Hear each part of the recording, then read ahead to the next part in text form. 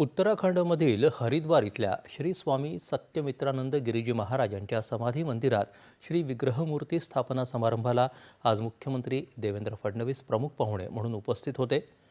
श्री स्वामी सत्यमित्रानंद गिरी यांनी सनातन संस्कृतीचे प्रमुख वाहक म्हणून कार्य केलं, म्हणूनच आज नव्या पिढीसमोर भारतीय संस्कृतीची महानता टिकून आहे। त्यांच्या समाधी मंदिरामुळे भावी पिढ्यांसाठी एका प्रेरणास्थळ निर्माण झाल्याची भावना मुख्यमंत्र्यांनी यावेळी व्यक्त केली। भारतीय संस्कृतीतील संत परंपरा समाजाला जोडण्याचं, एकसंध ठेवण्याचं कार्य करते। तेच कार्य स्वामी सत्यमित्रानंद गिरी यांनी भारत माता मंदिर स्थापनेतून सुरू केलं।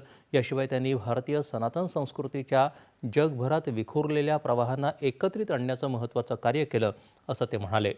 या सोहळ्याला माजी राष्ट्रपती रामनाथ कोविंद उपस्थित होते।